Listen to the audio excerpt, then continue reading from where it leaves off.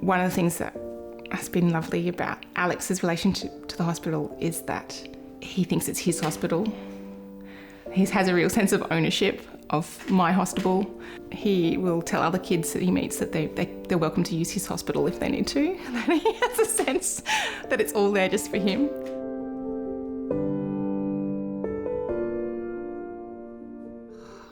It's embarrassing how long it took us to pick up that something was really seriously wrong, because he just started daycare. He was getting all those that year of colds and viruses that they get when they start being around other kids.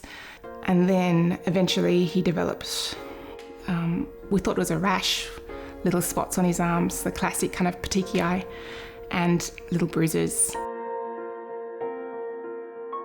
First of all, Alex had to have some blood tests.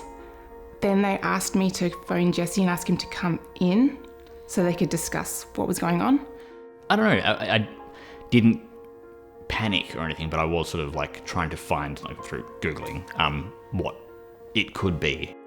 And then the doctor asked if I'd ever heard of something called leukemia.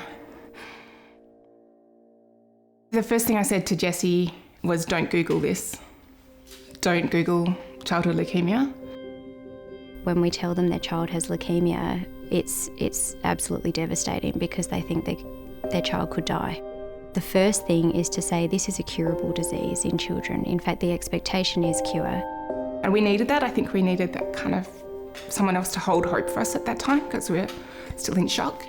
Melbourne is set to stay in lockdown until late October after COVID added a huge layer of complexity and difficulty for our families. In most cases, only one parent was able to be at the bedside at any one time. They weren't able to see their siblings at all. And in that time, Marcus has only been able to visit him in hospital once. And they get sad the longer they're apart. The hardest thing about caring for Alex in the first few months was that he really withdrew into himself a little, that he'd have days when he didn't talk. He stopped walking for about 3 months. We didn't tell Alex that he had cancer. About 2 months in, one night, I asked him, do you know that you have cancer? And he said, yes. You look like a zombie. Turn around, turn around. What does the rectangle one do? Yeah, ready? Press this on again.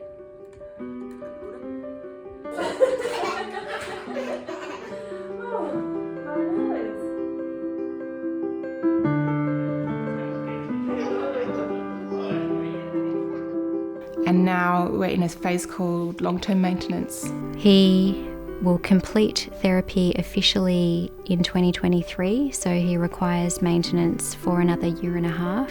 And so I'll get to see Alex grow into the little boy that he was always going to be.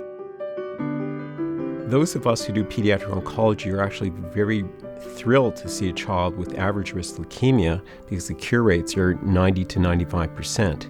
But from the parent's perspective, this is the worst day of their life when their child is diagnosed, and they don't understand why we feel so optimistic. The goal is to provide best care for our children, and we absolutely are providing the best cancer care and supportive care. I think you always hope that you'll never have to use the children's hospital, but it really makes you realise what's important.